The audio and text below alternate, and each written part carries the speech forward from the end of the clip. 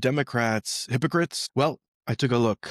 I decided to make my own Green New Deal index and then rank every single state, 50 states, against this Green New Deal index to take a look and see, are Democrats actually doing what they say they want to do, or is it all performative? Then, based on each state's ideological scoring, partisan scoring, I decided to make a hypocrisy index. So I have a hypocrisy index across all 50 states. Which blue states are hypocrites, and which red states might be closeted socialists? We'll find out today. So a bit of background and context. I'm going to share the methodology of creating a Green New Deal index. And this is the part that I think some people tune out of. And I get it, right? It's like, why do you want to hear about how I made this thing? But this is exactly where, if you disagree with me, it would be good to look at the methodology and see what you disagree with, because there's probably a lot to disagree with in the methodology, but if you don't listen to it, you don't know how I made this thing. In terms of my own personal politics, I actually largely agree with the Green New Deal policies. And so for me, it was a personal curiosity of, are Democrats actually living up to what they say they want to do? Politically, across my own life, I've been all over the board. I've voted for libertarians, for Democrats. In the last presidential election of 2024, I chose not to vote at all because I didn't feel like any of the politicians running represented my views and my values. I get in debates with my friends a lot about this. For me, I personally believe, based on my value system, how I construct my meaning of this world, I want to put my name next to a candidate I believe in. So I have an affirmative yes towards someone. And if someone does not represent my values, I do not vote for them. So that's where I'm at in 2025, December 30th, 2025, as we're about to close this year and enter 2026. A couple weeks ago, I read this book, Laboratories Against Democracy. And in this book, the author argues that basically the federal government is gridlocked. Nothing can really happen at the federal level. And so all the resources are pouring down into the state level. But what's interesting is the national parties have become so national and have so many resources, and there's so many activist groups kind of pushing in the same direction for the Democrats and in the opposite direction for the Republicans, that states are kind of starting to drift into two clusters. There's a Democratic cluster and a Republican cluster, and this whole kind of laboratory of democracy, right, that states are different from one another, seems to not be the case anymore. So this whole kind of federalism project, right, that the states can do experiments and the other ones learn from each other, seems not to be the case. And in general, when the federal government is not doing its job, the country as a whole suffers, because democracy does not do great when you leave it up to 50 states who have very different views and compete with one another.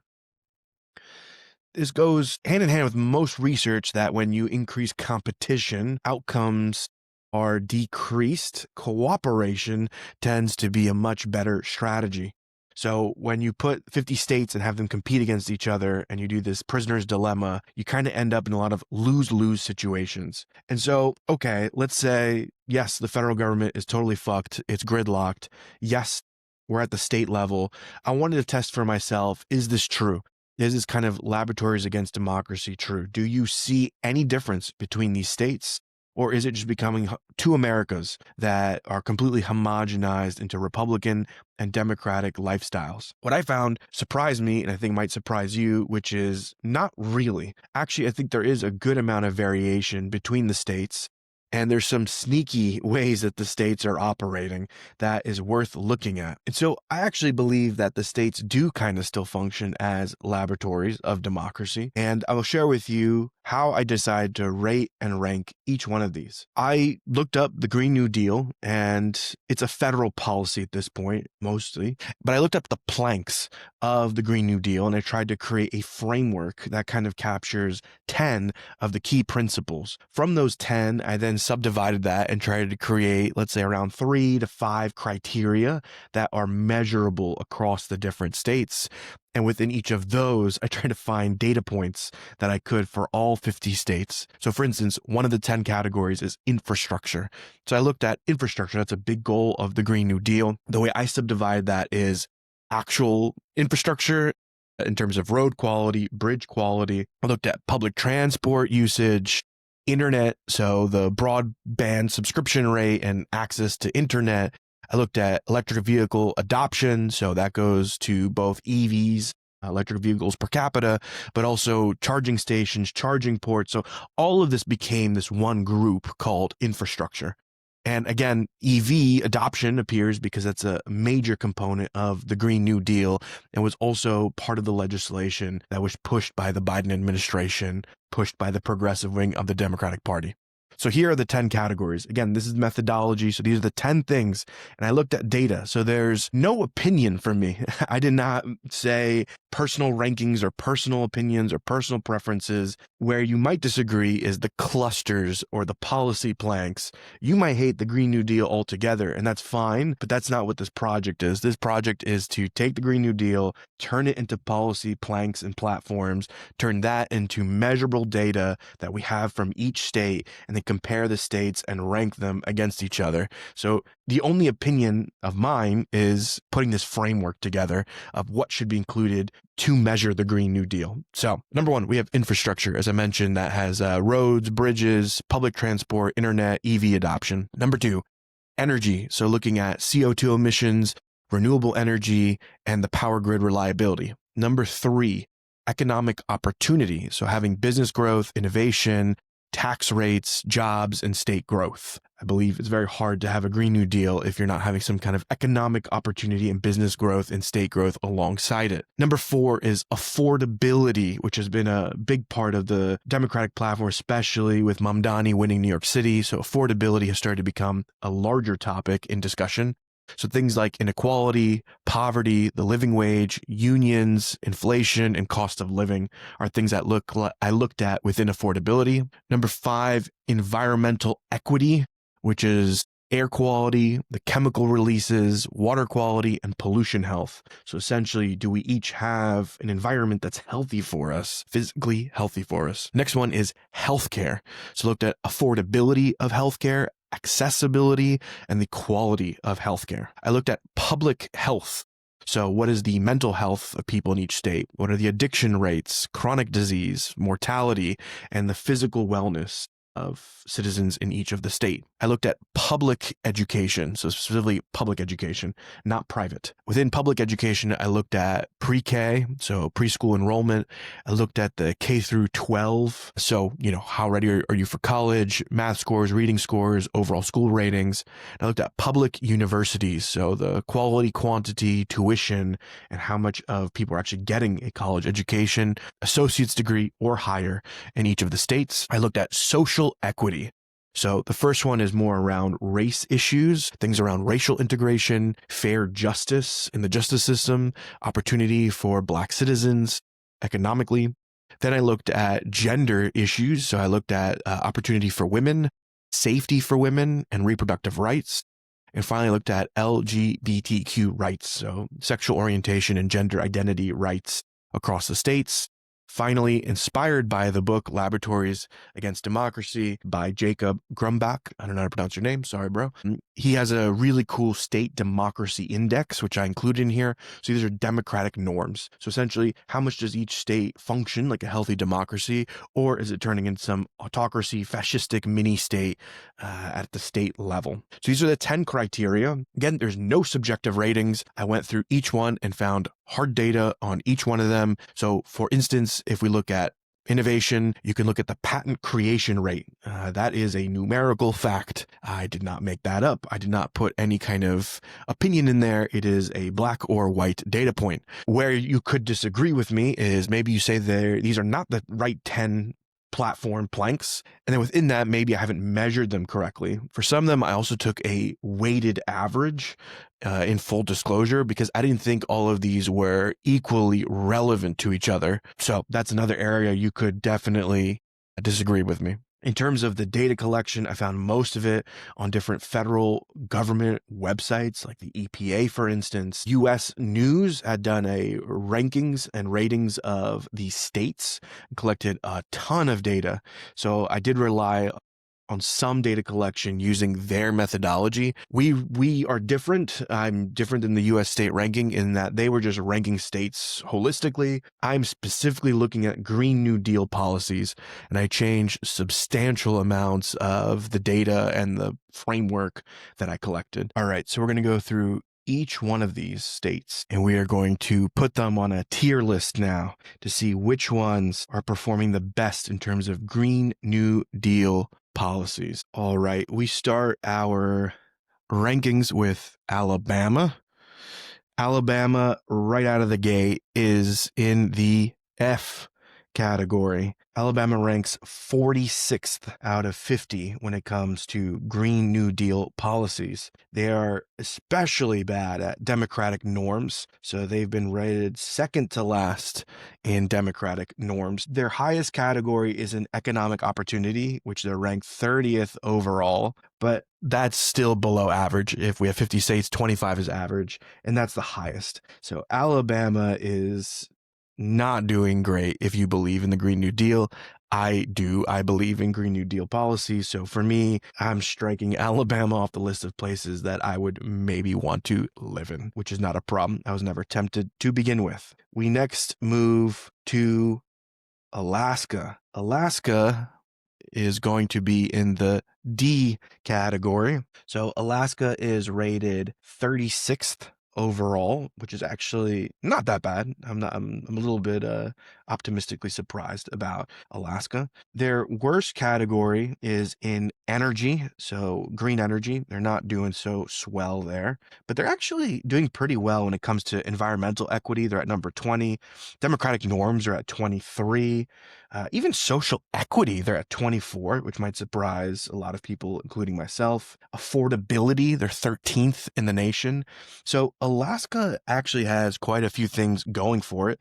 It's public education, it's green energy are the things that kind of pull it down, economic opportunity. But actually, Alaska is doing quite well. So way to go, Alaska. Congratulations. We move to Arizona. So Arizona comes out in the B category. Arizona is ranked 17th overall. Arizona is a swing state, and they actually do quite well across a lot of categories. They're currently the number one in economic opportunity based on the criteria that I included. They're pretty good in infrastructure at number 3. They're 12 in healthcare, 16 in democratic norms, 14 in green energy. So these are kind of high, right? What pulls them down is their public education is at 42.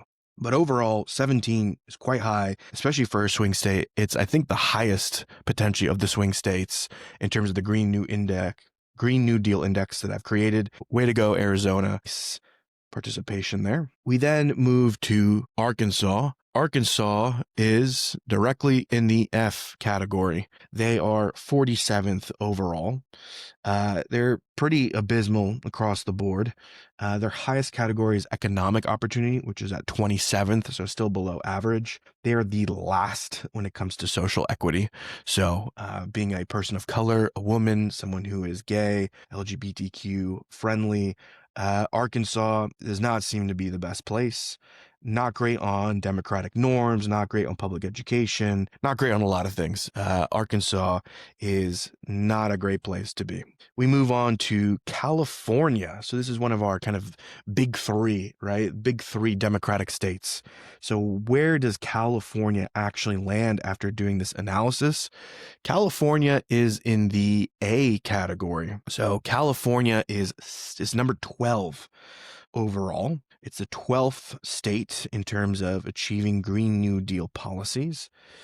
Their highest is in social equity and in green energy, where they're kind of at number 5, respectively. Where they come lower is their public education's at 31, their economic opportunities at 36, and their affordability is at 40. So there is kind of an education and economics issue in California, which is probably not that surprising, that pull it down to number 12. And economics is important. Affordability is important if you care about the average citizen. All right, we are moving to Colorado. Colorado is S tier. So Colorado is number 3 overall. It is one of the best states when it comes to Green New Deal policies, which is awesome. And Colorado is a cool state. Terrible drivers, but cool state. They are number 3 in democratic norms, number 4 overall in education. They're doing great in economic opportunity, even affordability. They're number 7. Infrastructure. Their lowest is in healthcare and environmental equity. Environmental equity, they're at 29. So for whatever reason, there seems to be some pollution going on in Colorado. So if they kind of took a look at that, some of their healthcare issues, they would be even higher. So great job from Colorado. All right, next up is another kind of Democratic stronghold. This is Connecticut, and Connecticut comes in the A tier.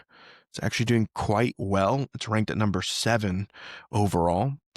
In terms of things that are high, affordability comes out quite high, which is surprising to me because Connecticut I view as an expensive place, as a kind of outer almost borough of New York City. But I tend to forget that there is, of course, much more to Connecticut than just the Greenwich, Darien areas. They have great public health care. They have great education systems. Their kind of lowest category is environmental equity as well. So pollution is 27th, which is about average. We now move to the great state of Delaware. Delaware is a B. My parents live in Delaware, so I'm biased towards Delaware. Delaware comes in 23rd, which is, for a state that small with a lack of resources, I think not bad at all. They are doing quite well in infrastructure, in healthcare access, environmental equity. Where Delaware fell was education at number 45. But this is where I think small states, particularly Delaware, get penalized because they just don't have that many resources. And so they fall lower on the index. But a B is not bad for a state like Delaware that's quite small and resource strapped. All right, we move to Florida, which might be another kind of interesting one, kind of a big state that's very polarizing. Florida also comes in the B territory, and it is in 19th place overall when it comes to Green New Deal policies, so above average. And what we see is they're actually quite good when it comes to environmental equity. So not a lot of pollution, very good in economic opportunity. Where they fall the lowest is Democratic index, Democratic norms, which have been eroded severely in Florida. And they're they're actually perfectly at average when it comes to education and social equity and healthcare. They're very average on a lot of things. So that's Florida coming in at number 19 here in the B category. Next, we go to Georgia. Georgia comes in at C. They are at number 32 overall. They also are very low on democratic norms. So democracy is not doing so hot in the state of Georgia. They're also dead last in affordability, which I found really interesting. So they're not doing great when it comes to paying people and poverty and unions and making sure people can afford life. Where they are doing quite well is economic opportunities. The state is growing economically. They have quite good infrastructure and even green energy. They're not doing so bad. So when you average it out, they come a little bit below average at 32 overall. Hawaii. All right, so we're moving to beautiful Hawaii. Hawaii is at number 13, which places it in the A category. So Hawaii is doing quite well. They are number 1 in environmental equity. So they have the least pollution of any state. They're also number 1 in healthcare. Surprisingly, they have very good quality hospitals and a hospital system. They're number 2 in social equity. So very progressive socially. They're great in public health. What actually crushes Hawaii is economic opportunity. They're one of the last states when it comes to economic opportunity. So that's something that I think is well known. It's a highly touristic state and relies heavily on outside dollars. So that's where it gets dragged down. But 13, again, for a small state that is not connected to the continental US, I think is quite wonderful. So good job, Hawaii. We then move to Idaho. Beautiful Idaho. Beautiful. Idaho is gorgeous, but there was no gorgeous rating. So in terms of public policy, Idaho comes in at a C. It is number 28th overall, so about average, actually. Idaho does really good in economic opportunity. Its state is growing quite a lot. There's quite a lot of good public health outcomes in Idaho, and it's doing quite well, actually, at green energy. So Idaho is number 7 overall in green renewable energy. So something cool is cooking when it comes to Idaho. Of course, where it slips overall is democratic norms are deteriorating in Idaho. Its public education is rated not that great, and infrastructure is not super good in Idaho. But 28th overall is, I'd take it. I think, yeah, Idaho, good job. All right, we move to Illinois. Illinois is the second of the big 3 of the Democratic states. So where do we put Illinois? Illinois comes in at B. It is at number 26. So it is further down than Florida and Delaware. Not great. Not great. It's below average. Yeah. It's 25 is the top half. 26 to 450 is the bottom half. So Illinois is in the bottom half, technically, of the states. It does really well in things like democratic norms and public education. It's really not doing great in economic opportunity. Is low. Healthcare, so access to healthcare is really bad. It's like 48 out of 50. Environmental equity, so pollution, quite bad as well. So Illinois, not really walking the walk here, and we'll get back to that when we, spoiler, get to the hypocrisy index in a little bit. Next, we move to Indiana. So Indiana goes in the D category when compared against Green New Deal policies.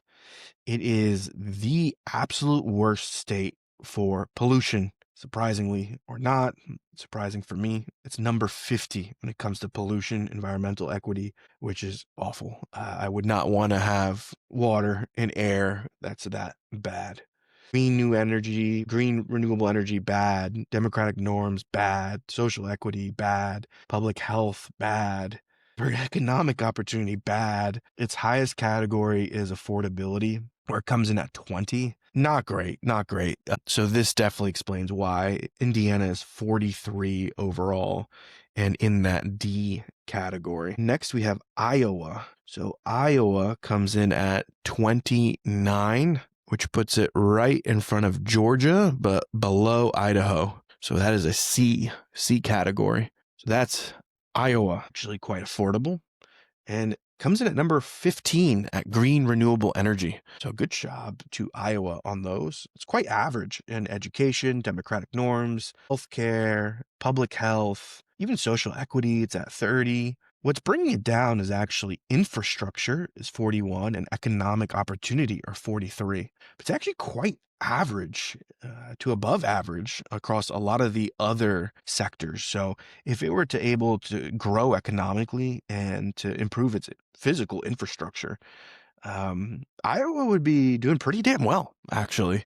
So shout out to Iowa. Kudos to Iowa for a pleasant surprise. We then go to Kansas, and Kansas is number 30 overall. So it's quite literally just below Iowa. So they are close to each other, both geographically and in these rankings. So at number 30, which is a C, Kansas across the board is also pretty average. What pulls it down is pollution.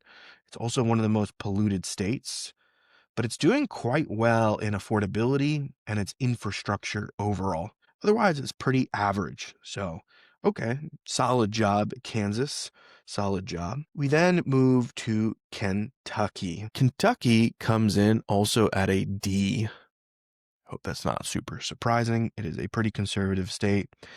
It is number 42 overall. Surprisingly, I think it's surprising. Its best category is environmental equity at number 15 overall in the nation. So quite good on pollution overall and quite good on social equity. They're at number 21. Now, if I recall, particularly when it comes to issues of race, Kentucky has improved significantly in the last few decades. So good job to Kentucky for making social progress. What pulls it down? Green renewable energy, almost last. Democratic norms, almost last. Affordability and economic opportunity, almost last. Public health, almost last. So things aren't good economically. Not great when it comes to health outcomes. It's not a very good state to vote and be represented. And the energy is largely fossil fuel. So that's what pulls Kentucky down, which is significant. I'm not going to pretend it's not. So that's why it's a C. It's doing good on some things and improved on some things and doing bad on others. All right, we go to Louisiana. Louisiana is an F, straight to F. And it is the last state overall. It is number 50 out of 50. It is the furthest state possible when it comes to Green New Deal policies. And boy, oh boy, I don't know what the fuck they're doing in Louisiana because they're almost the last in like everything. Horrible infrastructure, horrible economic opportunity, horrible social equity, horrible public health, horrible pollution, horrible renewable energy. Their highest category is public education, where they come in 41. Everything else, and they come in 35 on democratic norms. So it's not a complete authoritarian, fascistic mini state yet. But if you're living in Louisiana, and I have friends who live in Louisiana, in New Orleans, I guess specifically, but what are you doing? What's going on in this state? I'm like, how do you tolerate living in such poor conditions, if I'm being real? Like wow, that's not good.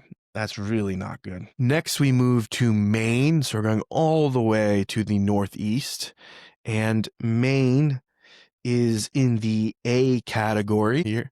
We're going to put Maine between Connecticut and California here. Maine is 9 overall, so great work by Maine. Maine is doing really well across so many categories. I'm basically almost going to list them all. It's number 1 in social equity, which I found surprising. So Maine is doing great when it comes to social equity. So issues for people of color, women, and folks who are LGBTQ. They're doing really well in pollution, green energy, democratic norms, healthcare access. What's pulling them down actually is economic opportunity is a bit low, so the state is not growing as much as you'd like to see. Public education and a bit of public health outcomes, but Maine, crushing it. All right, we move on to Maryland. And Maryland actually comes out in S tier. S tier for Maryland, number 6 overall. It is one of the most progressive states. So well done to Maryland. It has wonderful scores across environmental equity, healthcare access, social equity, affordability. What pulls Maryland down, interesting enough, is democratic norms and economic opportunity. Curious about the democratic norms, given that Maryland is such a liberal, progressive, blue state. What actually pulls those scores down? And that is for an investigation for another time. But Maryland doing a great job, coming in at number 6 overall. Next, we have another Democratic powerhouse, which is Massachusetts. Massachusetts comes in also S tier. S tier. Massachusetts is number 4 overall.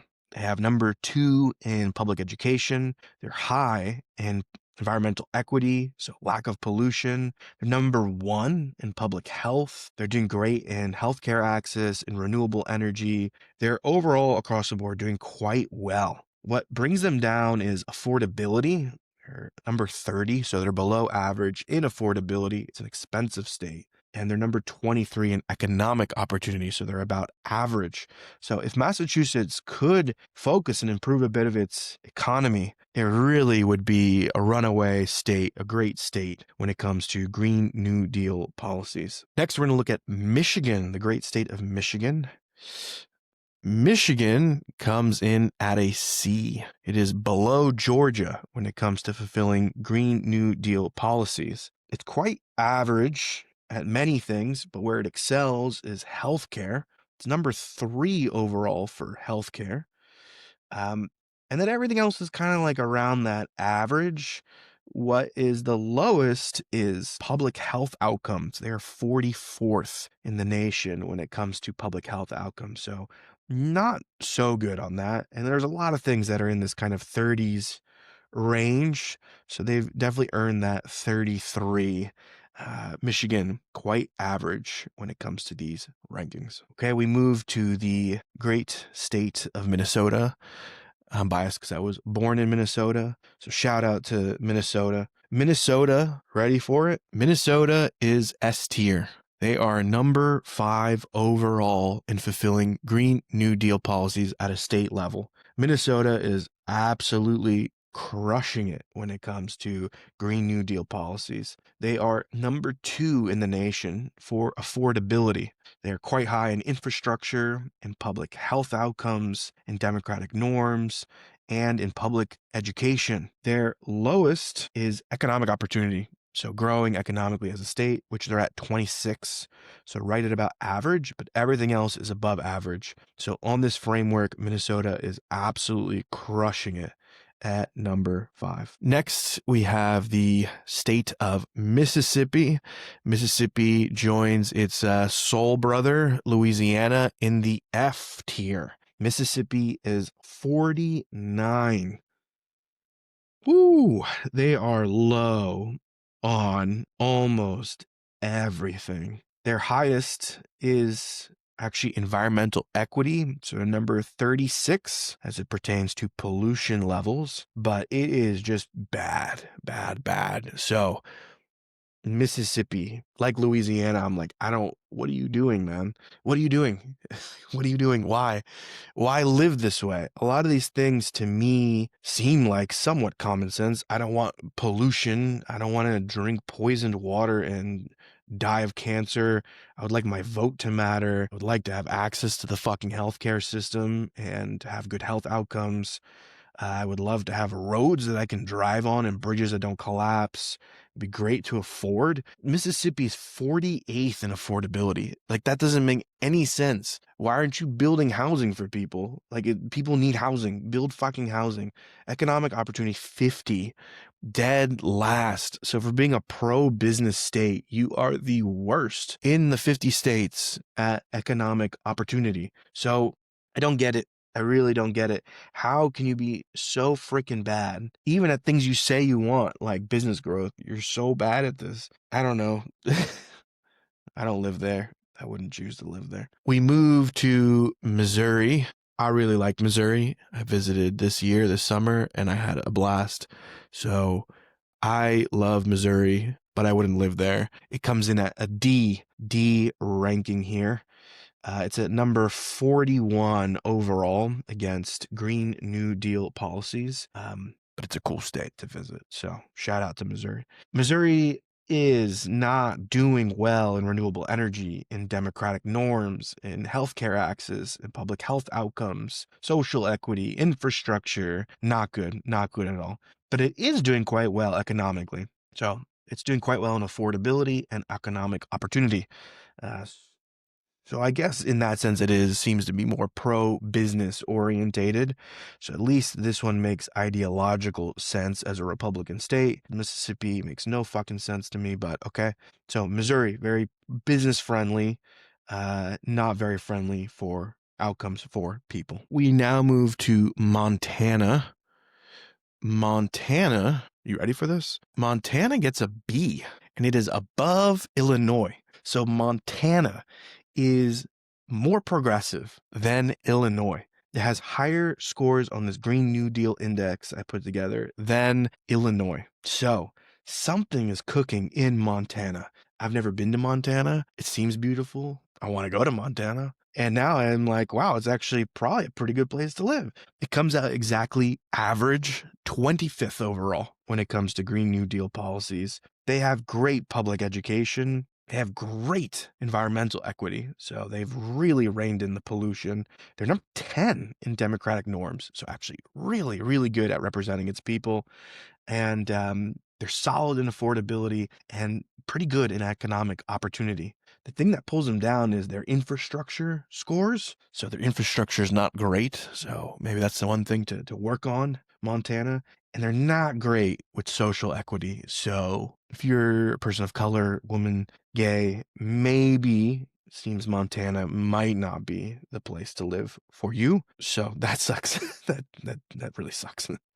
Otherwise, Montana is doing good overall. I give them some kudos for actually coming out much more progressive than I would have ever thought. Next, we have Nebraska. Ready for another surprise?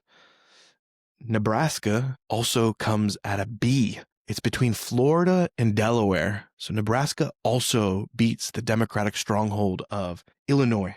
Nebraska comes in at 21 overall. Nebraska comes out number 1 in affordability. They're quite good when it comes to infrastructure, public health outcomes, environmental equity, renewable energy, public education, even democratic norms. The thing that actually just brings Nebraska down is its healthcare access. So if they made healthcare a bit more accessible, a bit more affordable, Nebraska would be surprisingly high. So this is a bit of a shocker because Nebraska is usually thought of as a solidly red state, but actually quite good on the Green New Deal Index. Good job, Nebraska. All right.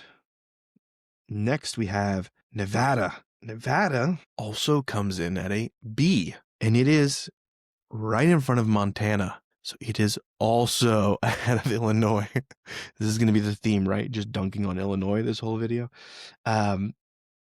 Nevada is really bad at education. It's dead last in public education, number 50.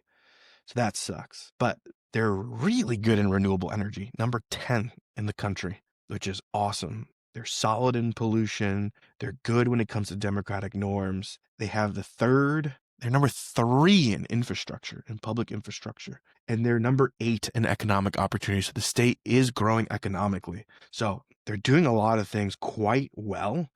And they're right about average overall. So Nevada, for being 24, being above average, congratulations. Great job. Next, we have New Hampshire. New Hampshire is at number 8, which is an A, and comes right after Connecticut. So great job for New Hampshire. They have high scores in many, many categories. Funny enough, the things that are lower are democratic norms. It comes in at 29. So not quite sure what's going on there, which is interesting. It also comes in at 29 on infrastructure and 25 on affordability. Everything else is quite high. So New Hampshire overall is doing really fucking well. They would benefit from making things a bit more affordable and investing in their public infrastructure. But otherwise, they're doing super fucking good. Next, we have New Jersey.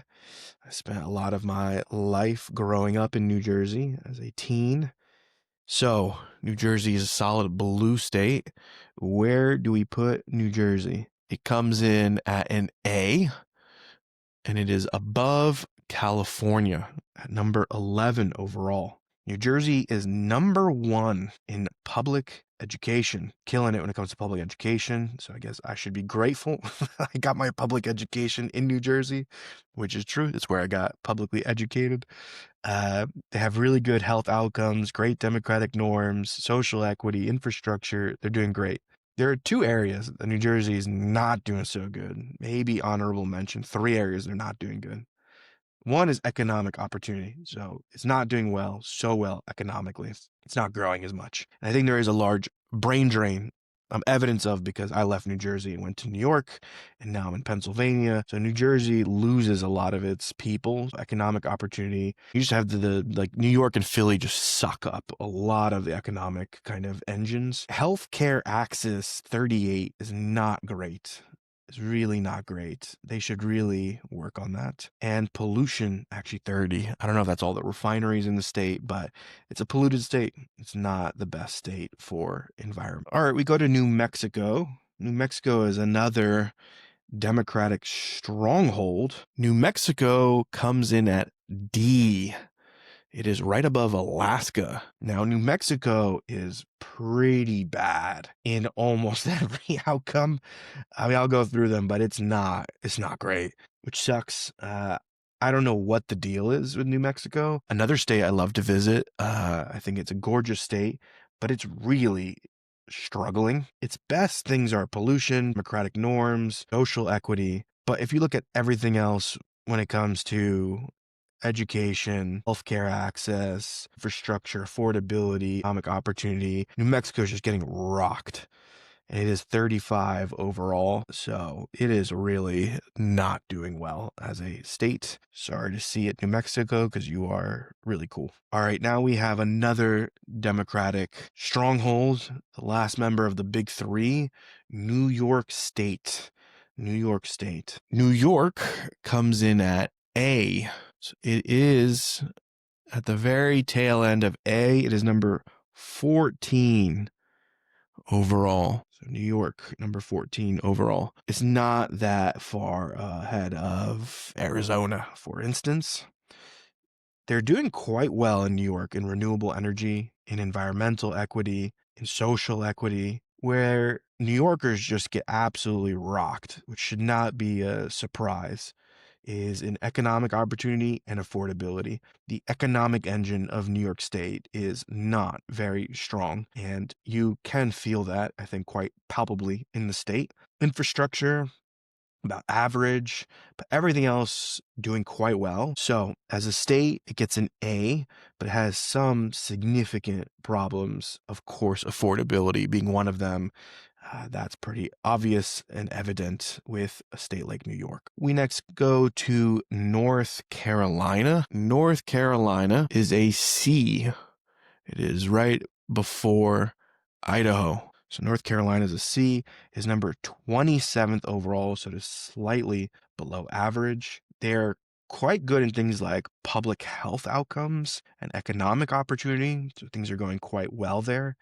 They're about average in a lot of other categories. The two categories where they're the furthest is healthcare access and affordability is what pulls North Carolina down. It could be a much more progressively ranked state if it were not for the healthcare and affordability issues that North Carolina has. All right, ready for another surprise?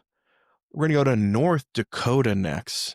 And North Dakota is a B right after Nebraska. North Dakota is 22 overall, which surprised me, but I think they're doing quite a few things well. They have a great score on the democratic norms. They're doing well with healthcare access, pretty good with public health. They're doing great with affordability. They're even average with things like education and pollution. The things that pull them down, which aren't even that severe, honestly, it's a pretty balanced state, are things like renewable energy and their infrastructure, their public infrastructure. But overall, North Dakota is doing very well, very, very well. 22 is a very respectable score, being ranked 22 against Green New Deal policy. North Dakota, surprisingly, doing a great job. We now move to Ohio. Ohio used to be a swing state, no longer is. It is a red state. Ohio comes in at a D. It is between Alaska and Missouri. Ohio is doing really well when it comes to healthcare access and has very good public education. But in a lot of other categories, it's struggling. Green energy, it's toward the bottom. Environmental equity, so pollution, towards the bottom. Democratic norms, towards the bottom. Public health outcomes, how healthy the citizens are, towards the bottom. Even things like economic opportunity, it's not very good. It's kind of a depressed state economically. So Ohio, not a great place, maybe, to live if you care a lot about the Green New Deal policies. Ohio's struggling. Next, we move to Oklahoma. I visited Oklahoma this year and had a great time. I loved Oklahoma, so I have nothing negative to say from my visit. Unfortunately, Oklahoma does come in the D category. It is ranked 45th overall. It is low on most things. The one area that there's kind of a glimmer of hope is economic opportunity. Business seems to be doing somewhat well there, but across almost every other category, it's struggling. It's struggling. Um, they are 49th in the nation, so 49 out of 50 in healthcare access. That's bad. That's pretty bad. They're 47th out of 50 in education, public education, which is not great. I wish for better for Oklahoma.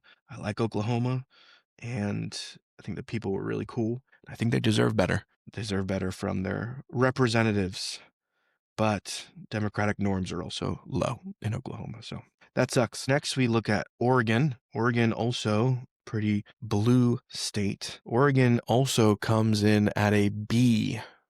It is above Arizona, but it comes in at a B. Oregon is the number one state in the nation for renewable energy. So they're doing very well in renewable energy, great on democratic norms, great on social equity, amazing on public infrastructure. Where they are lagging severely is in economic opportunity. States not growing. Environmental equity, pollution, not very good.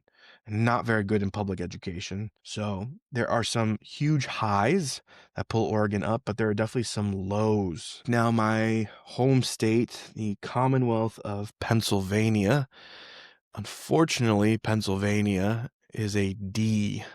It is one of the worst when it comes to Green New Deal policies at a state level, which sucks because I just moved here and this is something that is important to me and I would like this to improve. Um, yeah, Pennsylvania is struggling. They do quite well in democratic norms and healthcare access, although this should fucking change because they are raising premiums on the ACA on Obamacare starting next year. So they're getting worse, probably. They do quite well in education, but they're bad in terms of green energy. They are 49th out of 50 in pollution. It is one of the most polluted states in the nation. I just read an article yesterday in the Philly Inquirer about how much radioactive material is produced through fracking that we're just dumping wherever we want. So there's just radioactive material everywhere in, I guess, Pennsylvania. Or I'm exaggerating a bit, but it's not good. It's really not good. Not very good public health outcomes, not very good infrastructure, not so good economically. Pennsylvania, I think, is the 5th largest state by population, but it is number 37 overall. This state is way worse than I imagined. And when I shared this with family members during the holiday season here, who also live in Pennsylvania, they were a bit surprised and a bit alarmed that Pennsylvania is so bad. So that sucks. That sucks. All right. Rhode Island. Rhode Island in beautiful New England. I love Rhode Island. Rhode Island has a very cool origin story. Shout out to Roger Williams. Rhode Island comes in at a on the Green New Deal Index here. They are number 15 overall after New York State. They are doing pretty damn well in green energy, pollution levels, healthcare access, social equity, a very well-run state overall. Where they are lower are in public education and in infrastructure. If they could improve those, they would be even higher. But they're overall doing very well, and Rhode Island should be proud of itself. Next, we have South Carolina. No offense to South Carolina, but every time I go, I get some bad vibes. So I don't want to harp too much on South Carolina. I don't want to go too negative here, but South Carolina is a D. It is 44th overall. It's quite poor in public education, democratic norms, social equity, infrastructure, second to last in affordability. It's pretty damn low. So they're very low in affordability, which is surprising. What are they good at? They're slightly above average in economic opportunity and healthcare access. Yeah, Not very good. Not very good. I don't know. I get bad vibes, so I don't want to like talk too bad about them because I feel like they're gonna energetically send people after me. So I'm gonna just leave it there with South Carolina. All right, we now have South Dakota. You ready for another surprise? What is going on with the Dakotas? South Dakota is a B. It is number 20 overall, which means it comes in above Nebraska, just below Florida. So South Dakota is actually killing it. So what the fuck's going on in South Dakota? Well, it's a very affordable state. They're doing great in renewable green energy, number 6 in the nation. They rank pretty high for public education and pretty damn good for pollution levels as well. So overall, they're doing a really good job when it comes to environment, education, affordability. The kind of economic engine in general is like pretty damn good. The one thing that's lower is social equity. So again, woman, person of color, gay, lesbian, queer, trans, not a very friendly state, it seems, on the whole. And that's really what pulls them down. So if they had if they reverse course on that somehow, miraculously, this would be a really progressive state. Other than the kind of social equity piece, you see average or way above average scores on like every other plank of the Green New Deal. So in theory, the Green New Deal should be quite enticing for South Dakota. So very nice job, South Dakota. Next, we have Tennessee. Tennessee is right above Ohio in the D category.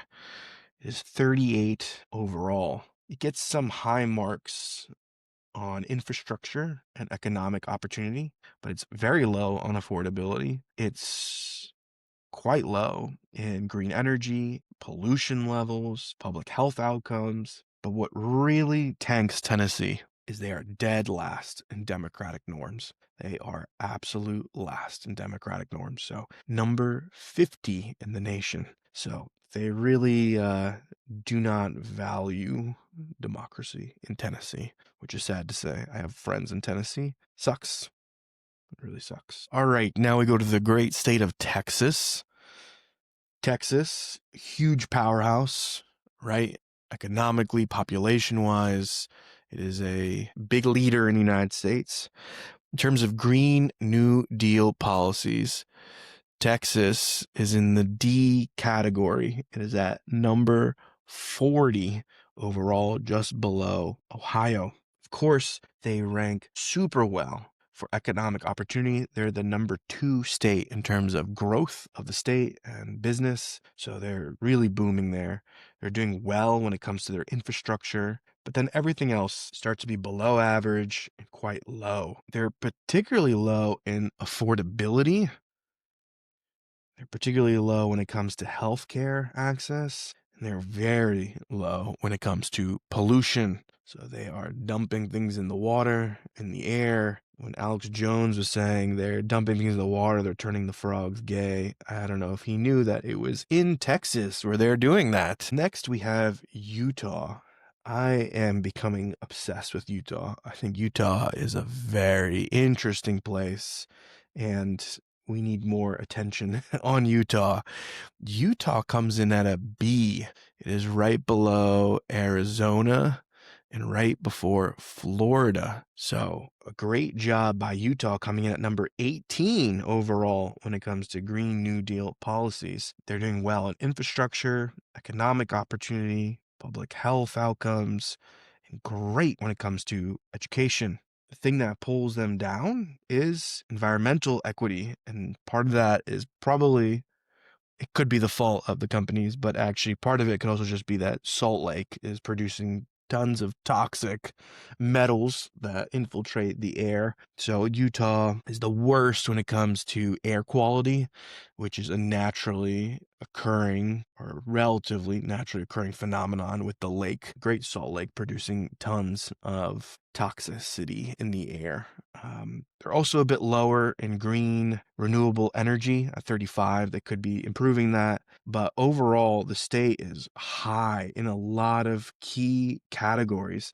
Utah, great place to live. And of the red states, it is, according to the Green New Deal Index, you're going to hear it here first, Utah comes out as the most progressive red state on the Green New Deal. They are doing very well. Congratulations to Utah. All right, we're in the last stretch here. We've got 6 states left. We now go to Vermont. Vermont is in the S tier. It is number 2 overall. Vermont is absolutely crushing the game, which makes sense. That is Bernie's home state, and they are just absolutely running buck wild with these results. They are the best in the nation for infrastructure, great with social equity, affordability. Green New Energy, number 4 overall. I think the state is like 99.6% of the energy it produces and consumes is like green energy, super high. They do have to import significant energy from Canada, but of what they produce and consume, it's very, very green. Like everything is really good, very solid. The lowest thing, which is number 18, which is still above average, is their healthcare. But seriously, it's really fucking good. Cool state. Good job, Vermont. Next, we have Virginia. Virginia also comes in at an A. Virginia is at number 10 overall, right below Maine. So Virginia absolutely crushing it as well. A top 10 state here on the Green New Deal Index. Their best category is in healthcare. Great hospitals, great access to healthcare. They have number 9 when it comes to economic opportunity. So Virginia is growing as a state. They're doing well on social equity, democratic norms, great on pollution, on public education. There are 2 things that pull them a bit lower, which is their infrastructure and their renewable energy. So as they can, if they can improve those 2, Virginia is a place to be, the place to watch. Good job to Virginia. That is used to be a swing state, still might technically be. It flip-flops in terms of the governorship. Virginia doing great. Okay, now we go to Washington State. Washington State, comes out number 1 in the Green New Deal Index. Number 1. They're S tier. They are absolutely killing it. They're doing a great job. They're number 1 for democratic norms, number 3 in renewable energy. They are affordable. They have good infrastructure, great social equity. Across the board, they're absolutely doing an amazing job. Where they come in 2 categories where they come in at 20, which is still above average, right? But it's public education and economic opportunity. So those are the 2 things that are kind of pulling them. Well, you can't even pull them down. They're number 1. They're number 1. They could be, I guess, even better, right? You could make improvements. If you really want to, quote unquote, compete with the other states, you could make improvements. They could improve in pollution levels, but they're already the number 1 leader. Which is interesting because I remember the Democratic primary when Inslee, the governor, was running for president. Everyone just goes like, shut up, sit in the corner and don't talk, let the big boys and big girls kind of talk. No one cares about Washington State.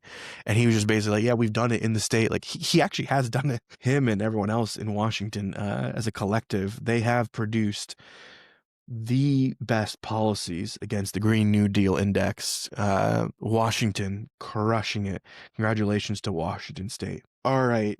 West Virginia. West Virginia, I don't know if this is going to be surprising or not. It is F. This isn't the time for surprises. It's F. It's F. It is 48th in the nation against Green New Deal policies. It's 50th when it comes to green energy. It is 49th in education, 49th in public health outcomes, 48th in infrastructure, 47th in economic opportunity. So bad for business, bad for people, just bad across the board. Yeah, not good. I don't know. It feels like one of those forgotten states that I don't know what needs to be done. It just seems like it's very poorly mismanaged, poorly led, and I genuinely feel for the people of West Virginia. You shouldn't have to deal with this shit. In my humble opinion, there is a better way to manage yourself, better way to run the state. I wouldn't wish these outcomes upon you. All right, we have Wisconsin, which is a swing state. Wisconsin is a C, coming in at number 30, right after Iowa. Wisconsin's an interesting state. It does quite well in things like affordability, healthcare, and even public education. Where it gets absolutely rocked is pollution. It is one of the worst states for pollution in the Democratic Norms Index. So it's not a very democratic state. You're not going to get good representation. Democracy is severely suffering in Wisconsin, which is scary. It's not doing well with infrastructure, not doing great with public health outcomes. Overall, the state seems to just genuinely be struggling. Oh, it is number 30 overall, and it is a C. And finally, we have our last state to be ranked here, Wyoming. Wyoming is our final state in the C category, right after Michigan. So Wyoming comes in at a 34. Wyoming has pretty good public education. It's about average in things like pollution and public health. It's doing really well economically. Shout out to Wyoming on affordability and economic opportunity. Where it's getting absolutely rocked is social equity. Again, unless you're a straight white man, Wyoming might not be the best place for you. It's also not very good in terms of the healthcare access and affordability. So it is ultimately average. It is in the C category. And so there you have it. We've rated and ranked all of the United States individually across the Green New Deal Index. Our S tier, once again, we have Washington State, Vermont, Colorado, Massachusetts, Minnesota, and Maryland are the pinnacle when it comes to the Green New Deal Index. Those are the top 5, 6 states. If you're looking to really find an alignment between the actions of the states and your values as a voter.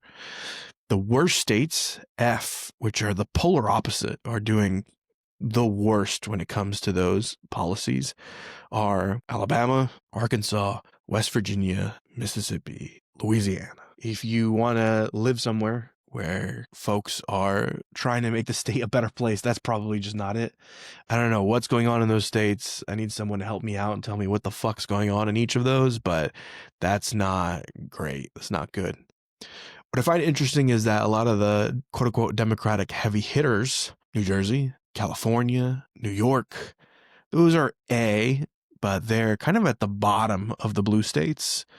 And Illinois, which is Chicago, right, is like the powerhouse, the blue powerhouse that powers Illinois, is just at the very bottom of the B category. It's below states like Utah, Florida, South Dakota, Nebraska, North Dakota, Nevada, Montana. Illinois is not doing well. So this brings me to the second part of this exercise, which is the Hypocrisy Index. So each state has a kind of a partisan rating. So I looked at the kind of partisan rating and compared it with how the states are doing on the Green New Deal Index. So in theory, you would think the most progressive states would also have the highest rating on the Green New Deal Index. But is that true? Or are there states that are misaligned between their words and their actions? And so I plotted it based on the partisan ratings and created a kind of 9-box. I looked at where the Democratic states are, where the swing states are, and where the Republican red states are. So let's go through them. When you look at the top left box, we're going to start with the Democratic states, the progressive superheroes. These are states that are actually, their policy is much more progressive than their rhetoric or their indexing in partisanship. The number one kind of progressive superhero, if we call it, is Minnesota. So Minnesota, their actions are much greater than their words. So they don't talk a big talk. Minnesota, it has the biggest difference when it comes with the actions that it's taken. New Hampshire, Colorado, Virginia, Washington, Maine, these 6 states are run in a much more progressive manner than we give them credit for. So if you want to look at who's really walking the walk, but not advertising and not kind of doing all the performative talking and posting on Instagram, in this order: Minnesota, New Hampshire, Colorado, Virginia, Washington, Maine, killing it. Then I had the kind of liberal integrity box, which is states where the action and the rhetoric kind of match each other. Here you have, in order, New Jersey, Connecticut, Vermont, Massachusetts. These 4 states, Mid-Atlantic, Northeast, they're pretty much on par, right? Like what they say and what they do equals each other. Good. I like integrity. I like kind of being honest about what we're doing. Then I have my list of the Democratic hypocrites. This is where the words and the actions do not match. This is where there's a lot of rhetoric and not as much action. So as I read this list, as it gets further down, there's going to be a bigger mismatch between words and actions. So we have Maryland. Maryland came out very high overall, but they talk even bigger game than they're coming out.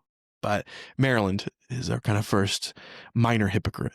California, New York, Rhode Island, Hawaii, Oregon, Illinois, Delaware, New Mexico. These are our lists of states that profess to have very strong progressive values, but do not enact those policies within their actual states.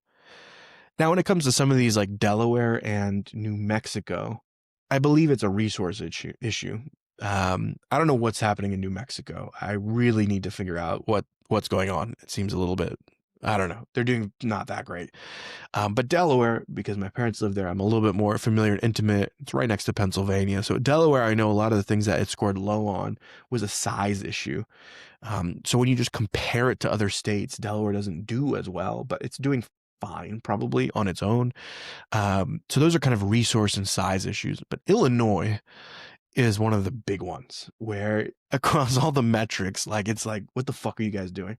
You talk a huge game. Yeah. Chicago politicians, but your state is very poorly run. Just being honest, just being real. California, New York, you talk a big fucking game, but there's a lot of work you need to do in your states at a local and state level. So we keep kind of talking about federal policy. Why don't you just start with fixing your own fucking states? Then we might trust you. These are the kind of quote unquote leaders, right? They're the biggest states, California, New York, Illinois, the big 3, but they are hypocritical when it comes to the policies and outcomes within their own states. What about swing states? So in theory, they should all be neutral, right? Because they're always oscillating between one way or the other, but that's actually not what I found in my analysis. So I put, I think 7 swing states from the last election. Arizona comes out as a sneaky liberal. So Arizona, the way they run the state is much more progressive than the kind of ideology or the rhetoric from Arizona. So Arizona, a little bit of a surprise there. The state that's the most down the middle is Nevada. Nevada is the most probably centrist state in the union, possibly. Like it is exactly a swing state, and it is down the middle. It is what it says it is. So I like that. I like integrity. I like honesty. So good job, Nevada. Now we have our sneaky authoritarians or sneaky kind of conservatives, sneaky red states. The rest of the swing states, North Carolina, Wisconsin, Georgia, Michigan, Pennsylvania, are run in a very Republican manner. But they profess to be these kind of middle of the ground or even liberal, like Michigan. Michigan professes to be liberal or, more leftist kind of state. It's not run that way on the inside. It's actually quite conservative. Pennsylvania is the most conservatively run of the swing states. We have our closeted socialists. So we have the states that are actually run much more progressively than their rhetoric. So you have North Dakota, South Dakota, Utah, Idaho, Wyoming, Nebraska, Montana, and Florida. These states, we think of them as kind of Republican, conservative, but they're way, way ahead of where they are rhetorically in their policies. Their policies are way more liberal than the rhetoric. A lot of these is the mountainous region, right? The mountain region you see is much more kind of progressive than we would have expected. I would have expected. So great job. I don't know.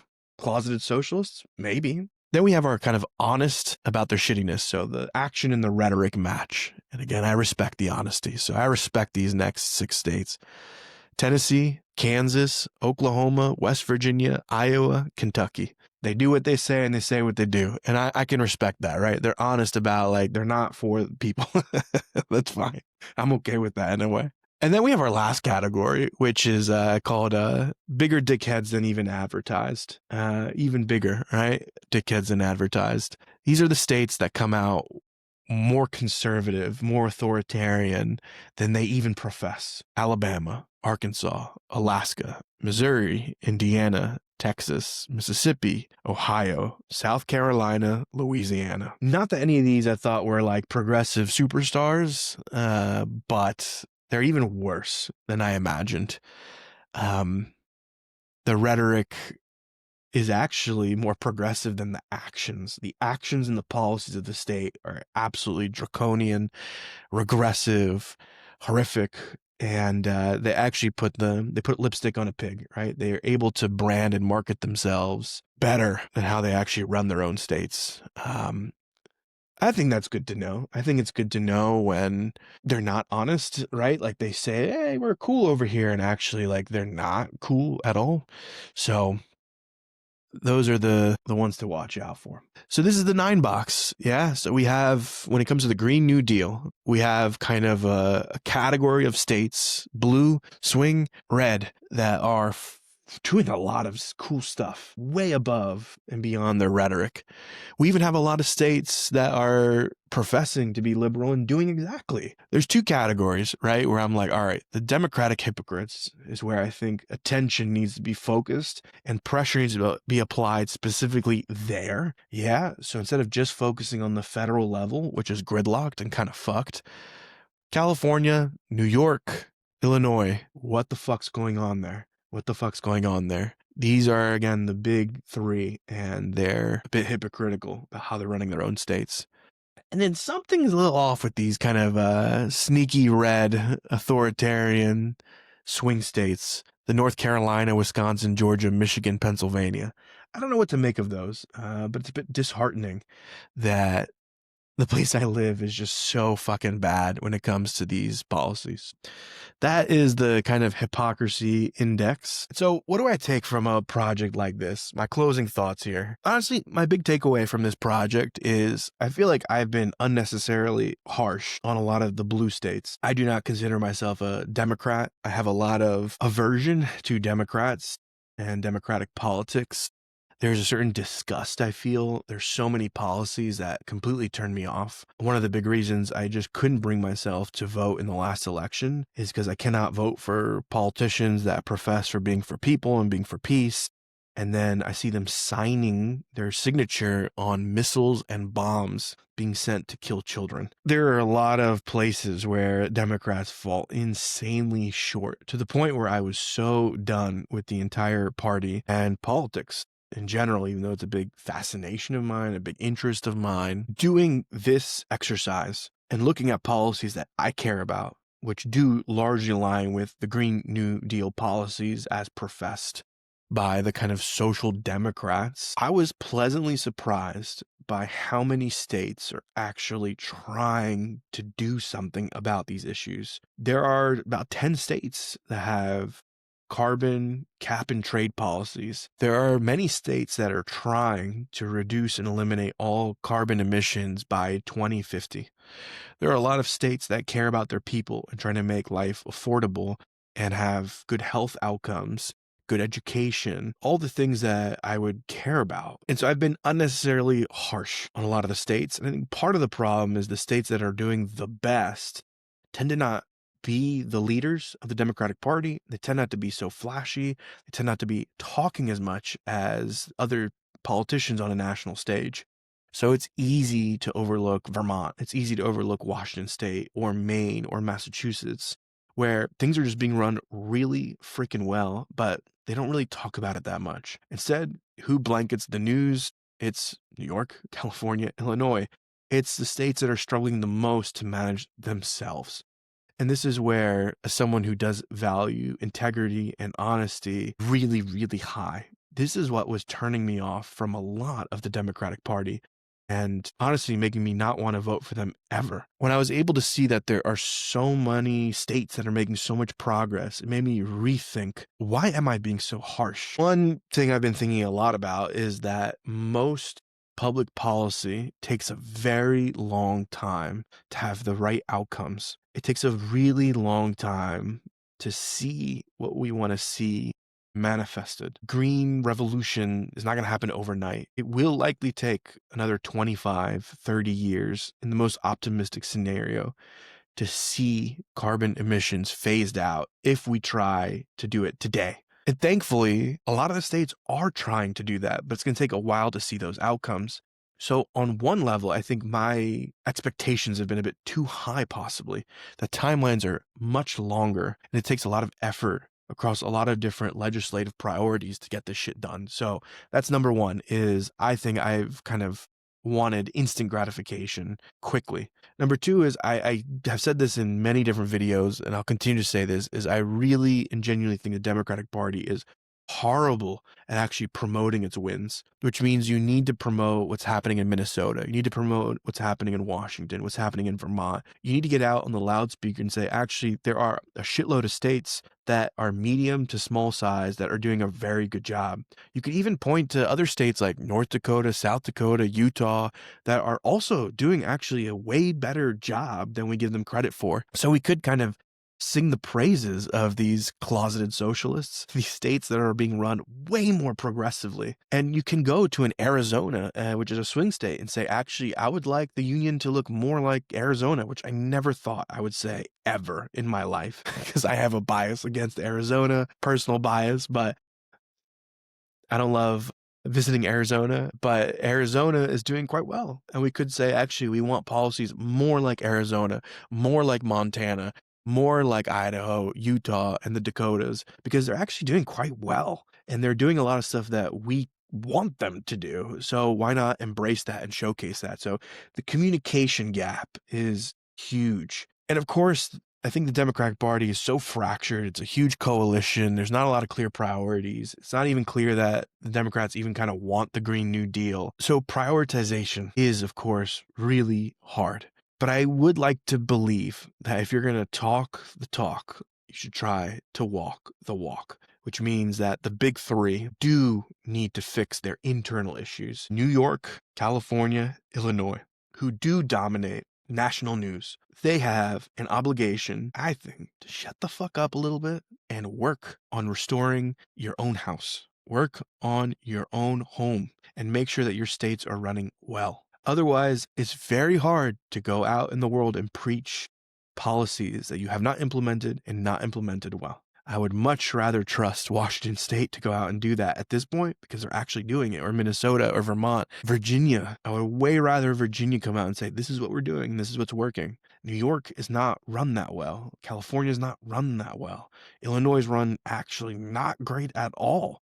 So why would we trust these politicians when they come and they pitch a plan to us? We do need role models, not just philosophers. So this is the big takeaways I take away from this. I'd like to see a lot more promotion and acknowledgement of the great progress that actually is being made. I'd like to see the hypocrites kind of tend to their own gardens and fix the shit under their own roof. And I think maybe there's a case to be made that we should all just take collectively a deep breath. I know all of this feels so urgent and so important, and that the whole world is falling apart and everything is doomsday and disaster. But just for a moment, recognize that things are actually trending in a good direction in a lot of states that you probably live in. If you live in Massachusetts, life should be pretty fucking good, actually. That's awesome, and we should celebrate that.